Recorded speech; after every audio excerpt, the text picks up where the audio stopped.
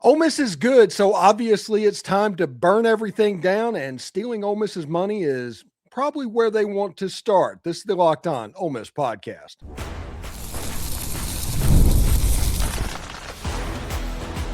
You are Locked On Ole Miss, your daily podcast on the Ole Miss Rebels. Part of the Locked On Podcast Network, your team every day. Welcome to the Locked On Ole Miss podcast, the most watched Ole Miss podcast out there. I'm your host, Steven Willis, a 10-year veteran member of the national media with Yahoo Sports and a former Ole Miss staff member. We're proud to be part of the Locked On Podcast Network. Now it's the #1 sports podcast network in America. That's all because of fans like you taking in content like this, and we couldn't be more happy about that. On today's show, we're going to break down Pete Golding's new coaching additions, well, some of them, as Ole Miss gears up for a critical spring practice next week. We'll take a look at some of the new faces on the staff and what they bring to the team with championship expectations. Next, it may be time to seriously discuss the future of the NCAA. With the growing conversations about redistributing revenue from the Big Ten and SEC, once that door opens, it rarely closes. So what would the NCAA leaving that organization actually look like? But first, let's talk about the shifting landscape of college sports governments and programs like Ole Miss and even Indiana, who've been thriving in this era. There's now increasing momentum to change the rules, centralize control, and potentially reshape how media rights and power are distributed. Is this about balance or is this about control?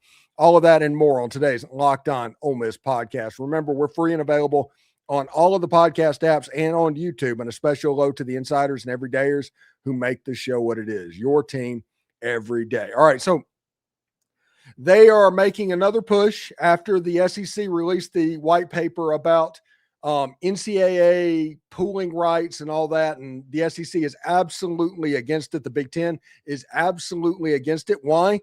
Because they make north of $70 million a year per school in their respected conference. The highest that I can see in the G8 conferences, because that's what we're going to refer to them as, Florida State got $40 million from the SEC.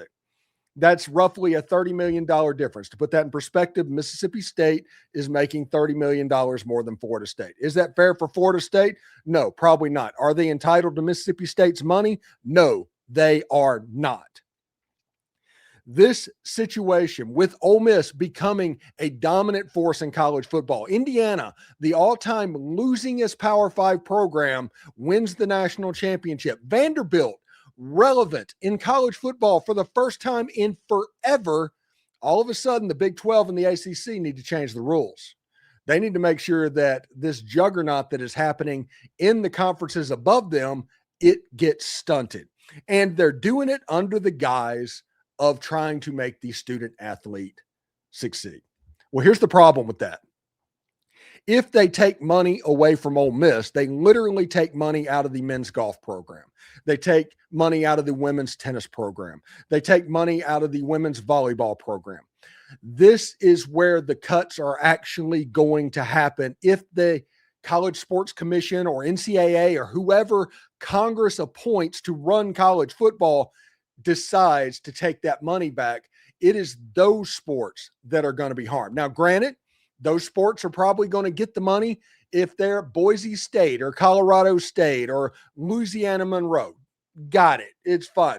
But Ole Miss still gets the blame. And you can say what you want to about Ole Miss football and Ole Miss basketball and Ole Miss as an athletic department. Them deciding to join the Southeastern Conference in 1933, absolute gold mine.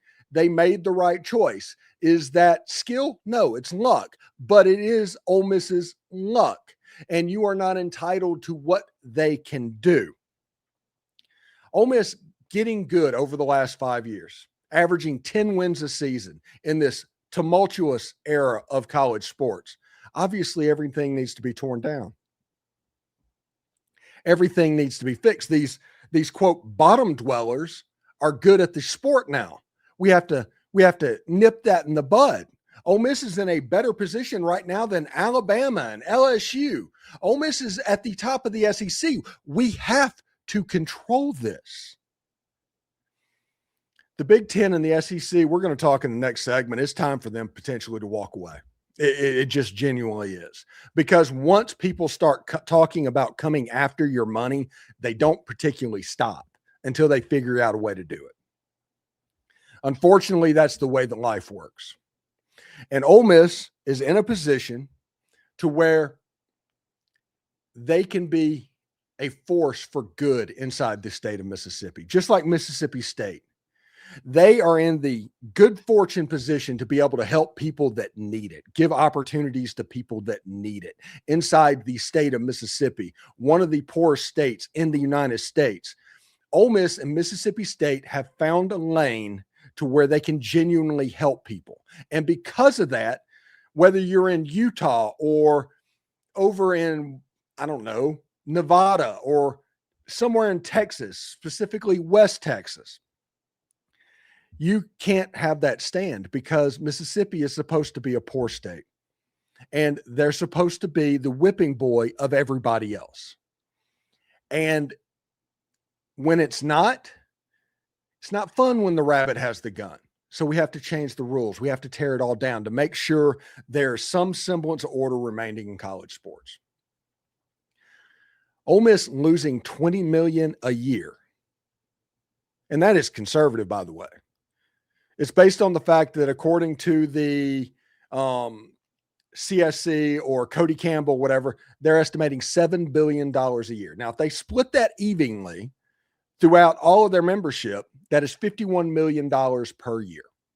Okay. Roughly $25 million less than the lowest paid member of the Southeastern Conference. But if they decide to give viewership based on how big of a brand you are and raise the money on that and give lower money to lesser brands, you don't need to join that either, because that's just a worse scenario than what you're living in right now, period. It's terrible. Can you imagine if there was a board silent somewhere that's deciding, this year your viewership numbers dipped a little bit because you weren't so successful, so here's $20 million, and hey, you had your best year ever, we're going to bump you up a little bit. And it's all on a nameless, faceless board that sits somewhere appointed by Congress in this crazy fanatical regime. That is what we're dealing with at the moment. They genuinely want to hurt Ole Miss. They want to hurt Georgia and Alabama and LSU too, but no, they really want Ole Miss and Vanderbilt to get back in their place. They want Indiana to drop back down to where they were because they can handle the way things were. They cannot handle this. Too many teams are taking bites of the apple, and we have to do what's necessary to stop it. And it stops with hurting people like Ole Miss. And don't tell me that losing $20 million out of your budget in the age of the House ruling whenever you're going to pay money is not going to hurt you. Because I can assure you, by the way, football is not going to have less money. If you take money away, football is not going to have less money. That is the moneymaker. Always has been, even when things made sense in college football. But the Olympic sports that you supposedly care about, it would be taking away those from the conference that dominates them right now. You look at Big Ten and SEC people all over when it comes to the Olympics, especially the Summer Olympics. You're going to take $20 million away from that? Or are you going to selectively give more money out in some kind of a corrupt way? No, you're not going to do that. I don't think that college football right now is sustainable. It isn't. Do we need congressional help? No, we don't. What you want to do is you're trying to thread a needle of trying to make athletes not employees. The system allows this. If they are employees, they unionize, you collectively bargain, all of this can go away instantly like that. But as long as we try to play the student athlete game, as long as we try to pretend like they're students and not advertising and marketing for your university, you're going to be a little bit lost. And no, Nobody has a right to Ole Miss's money. Nobody. Ole Miss earned that money. They finished higher than any other team in the Southeastern Conference this year in the college football playoff. They were 19 seconds away from the national championship game. But if the NCAA and the ACC and Cody Campbell and the Big 12 have their way, it's going to go up to a nameless, faceless board that kind of decides what Ole Miss gets. Now, if it's a straight flat fee, it's $51 million. That's a $25 million haircut than what they got. If you want fair and equitable, that may not be an option. This kind of feels like a little bit of conference welfare, trying to raise the tide of the other smaller schools that are having a little bit of trouble right now. Ole Miss should be responsible for them when, if the shoe was on the other foot, they wouldn't care at all, not even a little bit. They would sit here and write up notes and mean memes and make fun of what's going on because it's little Ole Miss. Hell, it could be LSU, it could be Alabama, it could be Georgia. You would still see the same people ganging up on the SEC and the Big Ten, trying to take them down. You see the chatter online all the time. They are going after the Big Ten and the SEC, and the way that they're going to try and really equalize this and get rid of the threat is by defunding them, by defunding the SEC and the Big Ten. And it's all whether or not people are willing to take it. Anyway, when we come back, we'll talk about, is it time to have the real conversation? Should Ole Miss, the SEC, and the Big Ten separate from the rest of college football? And honestly, was that the plan all along? We'll discuss that next. What if sports were traded like markets? Now you can put your sports IQ to work in real time with Robinhood prediction markets. If you're not against the house, it's you participating against a live market. You can buy or sell your positions live all game long. Use your sports knowledge in the moment that matter. Robinhood prediction markets changes the game. It's people moving the action. So when momentum shifts, you can move with it. I always knew the game, but I never had that dynamic way to apply that knowledge. Now I can actually take part live in market, powered by people. You're no longer just a spectator. Play by play, you decide. Trade every play with Robinhood, now available across the U.S. Download the Robinhood app now to begin. Futures and cleared swaps trading involves significant risk and is not appropriate for everyone. Event contracts are offered by Robinhood Derivatives, LLC, a registered future commission merchant and swap firm.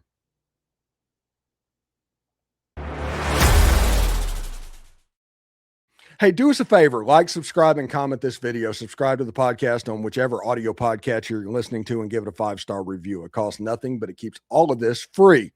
Thank you for making Locked On Ole Miss your first listen of the day, and thank you for making Locked On the #1 sports podcast network. If you haven't already, go check out the new Everydayer Club.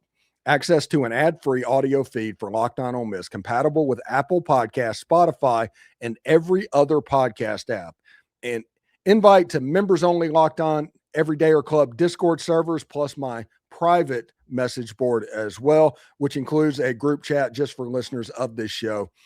And I hang out and do what I can there. Hadn't really figured out how to use subtext just yet and what a good way to monetize that, but we are constantly working. And you have special all access episodes of Locked On Ole Miss with Corey Burton, Dalen Flowers, and Mike Huseman. Go to lockedonolemist.supercast.com or tap the link down in the show notes below to learn more. All right, so is it time to have the conversation where Ole Miss and the SEC and the Big Ten leave the NCAA?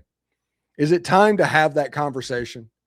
Is it time to govern yourself? I mean, $20 million annually per school, that's a lot of money that is potentially gone with this nameless, faceless organization that's going to be in charge of everything. And I get that they could do staggered revenue sharing models, and that doesn't work either because you're starting off on a bad foot. Whenever you have those staggered models, that means a conference is getting ready to die, essentially. So that's a horrible idea as well. So them trying to basically force Ole Miss into this situation and SEC into this situation and Big Ten into this situation is at best problematic. They are not going to be in favor. I talked to a source inside the Ole Miss athletic department, not a fan of the situation, not at all. So when you look at what happens moving forward, is it time for Ole Miss to leave the NCAA? And I think it's time to definitely have that conversation and make preparations to do so, because the moment the NCAA or Congress passing something to where you are pooling media rights, because make no mistake, that's the problem that most people have, is the fact that you're trying to take my money. That is it. The moment they decide to pool the media rights, the SEC and the Big Ten should pool their media rights and break away from whatever entity they're in, the NCAA or whatever, College Sports Commission, whatever. You break away that, you pull the rights, and all of a sudden you get, instead of $7 billion a year, you're getting $5 billion a year, and you're only cutting the pie up 35 times as opposed to 135. You're not trying to raise the ship of Boise State. You're just trying to take care of your own people, like-minded, the powers of, let's be honest, most every sport, those powers.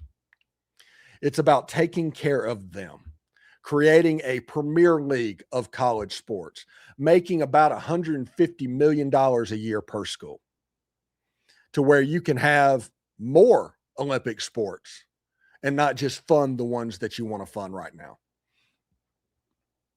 The best way to ensure that the Olympics, those sports, are at the elite level that we want them to be at, would be by the SEC and the Big Ten breaking away from the NCAA, to where everything comes over. You create a Premier League, you get all of this money coming in and invest it in the top 35 to 45 programs in the country and just let it go. And with the age of NIL and recruiting and transfer portal and all of that stuff, you have a chance that this league is going to be pretty good. You can set a hard cap. You can set the rules up in this modern day, completely tear it down and build it up yourself in a way that is fundamentally sound to the Big 12 or Big 10 and the SEC. You can set all that, make a ton of money, have tournaments that actually matter, because let's face it, the Big 10 or the SEC wins every tournament every single year, seems like, and include the 10 biggest brands that are in college football, because if the SEC and the Big 10 did this, they're knocking on the door as well. North Carolina, Clemson, Florida State, Miami, all of those programs, Notre Dame, they're begging to be a part of this. Pooling those media rights, doing all of that stuff. Don't give Notre Dame special favors, by the way. If you come over, it's over, okay? But doing all that, 35 to 45 teams, everybody in the country is watching, and you can enjoy the G8 or whatever they want to be called and watch their playoffs as well. And they become a glorified version of FCS and playing for those championships, and the FCS tournaments on and the D2 tournaments on, and everything's in a position to make the NCAA make sense. They're better off. So that gives me to this point. What if the Big 12 and the ACC and Cody Campbell and all that are doing this so that the SEC and Big 10 leave? If you clear out all the chaff and you have this group of like-minded schools, you can enact all of this stuff. And rising tide lifts all ships. Everything's there. Everything makes sense without the SEC and Big 10. Which makes me wonder if that isn't the goal of the Big 12 and the ACC all along. To where they are willing to say, hey, these 35 teams just need to go do their own thing. The rest of college sports cannot compete with them. They cannot financially do it. And the way that they treat their sports is a completely different animal. And we see that on just about every court right now. So would it be a good idea just to let them do their own thing? And that makes me wonder if the whole goal for this whole thing is not the SEC and the Big Ten breaking away and forming their premier league of college sports.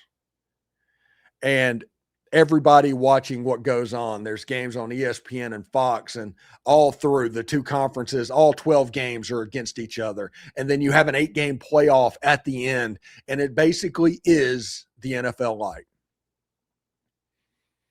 Seems like it'd be a pretty cool thing. Notre Dame every now and then coming down to Oxford. You have a game with Minnesota up there in Minneapolis.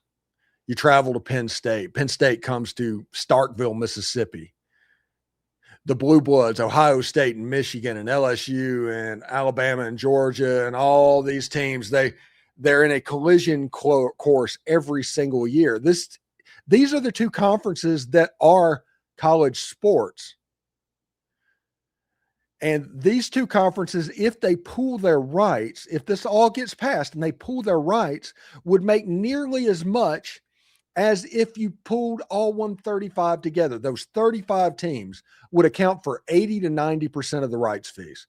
So just looking at that, $5 billion a year, if that is what the College Sports Commission looks at all 135 getting. Yeah, seems like it's pretty cool. So yeah, we need to start having the discussion about the breakaway. We need to be serious about it. Ole Miss needs to be serious about it. Ole Miss right now is ready to explode on the scene in the Southeastern Conference.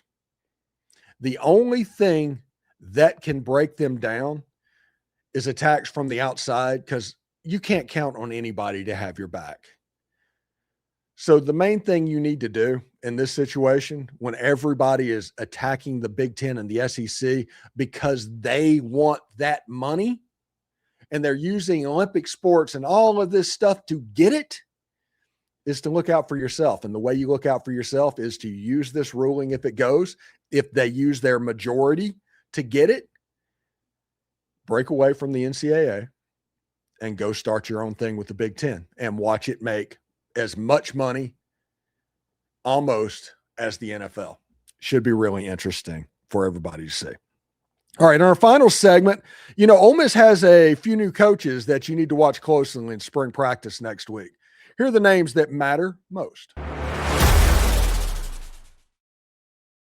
Workplace chaos, deadlines stacking up, inbox overflowing, and the one position you have to fill is still sitting open. When the pressure's on and you need to make the right hire, this is a job for sponsored jobs. Indeed, sponsored jobs helps you reach the people that actually fit what you're looking for, skills, experience, and location. You're not just hoping the right person stumbles across your post. And here's a stat that says it all. In the minute that I've been talking to you, companies like yours have made 27 hires on Indeed, according to Indeed data worldwide.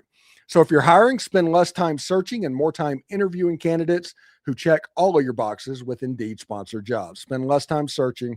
That's a magical phrase. When you need the right person to cut through the chaos, this is a job for Indeed sponsored jobs. And listeners of this show will get a $75 sponsored job credit to help your job get the premium status it deserves at Indeed.com/podcast. Just go to Indeed.com/podcast right now and support our show by saying you heard about Indeed on this podcast. Indeed.com/podcast. Terms and conditions apply. Need a hire? This is a job for Indeed sponsored jobs. College basketball is nonstop. Big games, tight spreads, momentum swings almost every single night. From early tip-offs to late-night West Coast shootouts, there's always action on the board. And now FanDuel is giving you a way to turn that energy into bigger potential wins with college basketball parlay profit boost. You can build any college hoops parlay you want, rivalry games, ranked matchups, whatever fits your need. Listen, if you're not into college basketball, you can look already at like Heisman odds, where Trinidad Chambliss is a favorite to win the Heisman Trophy for Ole Miss next year. You can do that. Or the college basketball thing's pretty good. The SEC tournament and March Madness is about to start. So you can apply profit boost and instantly bump up your potential payout. Look at odds around what's going on in gambling land. Go safe, go bold, ride with your team like you've been following them all season. It's your parlay, your style. Now with more upside behind it, it's FanDuel.com. All right, real quick. Spring practice is about a week away. I think spring practice should start sometime next week. My opinion is probably going to be like Thursday will be the first one. So they'll do like acclimation days on Thursday and Friday, and then on Saturdays and shoulder pads. And then starting next Tuesday, they'll actually start with spring football. There are several names that you need to know. We've talked about John David Baker ad nauseum on this podcast. He's going to be a really good fit. We talked about him with Coach Corey Burton on the show last night. So you can go check that out. LaDamian Washington, wide receivers coach, came over from Kentucky, elite recruiter, fantastic guy. He coached at Oklahoma when those dudes were out there under Lincoln Riley running around. He actually spent some time at South Florida, kind of helped those guys out. He's a really good wide receiver coach and a tenacious, absolutely tenacious recruiter. You'll see the theme of what's going on. He's also a North Louisiana guy. Obviously, Frank Wilson, most people know about Frank Wilson. He was here in the mid-2000s, about the time of Ben Jarvis, Green Ellis time. National Recruiter of the Year. Now, it's easy to be the National Recruiter of the Year whenever you're recruiting 5 stars out of New Orleans to LSU. Now you have to recruit those same 5 stars out of New Orleans to Ole Miss. So we'll see what's happening. Ole Miss is getting a visit from Easton Royal. We'll see how it goes as well. Ole Miss got the tight end coach from Miami. I forgot his name real quick. Sorry about that, Cody. Their last name, I don't have that at the moment in my head. It's a brain surgery moment. I apologize for that. But he's another elite recruiter. And when you look at the success that Pete Golding had in Louisiana, you can see the emphasis that Ole Miss is going to put on that. Now, finally, we will talk about Mike Stoops just a little bit. That's the brother of Mark and Bob. Coach, the former head coach at Arizona. He crossed paths with Pete Golding in the Alabama coaching rehabilitation Nick Saban program. He's going to come in and help with the linebackers, and Lanier Goethe and Michael Spurlock and those guys are coming back as well. I'm not exactly sure what their role is going to be, but now with no limit on who can coach on the field, that doesn't really matter. They're going to coach some ball. So interesting. Mike Stoops and Lanier Goethe at linebacker. That's Pete Golding's kind of position. So it'll be interesting to see exactly what that looks like. Anyway, thanks for tuning in today to the Locked On Ole Miss podcast. We're going to continue to talk Ole Miss football all week. We'll talk baseball as well. So make sure you subscribe and follow the show so you get all of the latest episodes. We're on all of the social channels, so check out them as well. And if you never miss an episode, the Everydayer Club is built for you. Get Locked On Ole Miss ad-free, plus members-only Discord access and more. Head to lockedonolemiss.supercast.com to join the club. For those of you on video, we're going to send you on over to the first ever 24/7 National Locked On Podcast Network YouTube channel. On audio, make sure you find a second listen. Either Locked On College Football or Locked On SEC is perfect. We're getting closer to spring practice, everybody. Should be a lot of fun. See you tomorrow. Hotty toddy.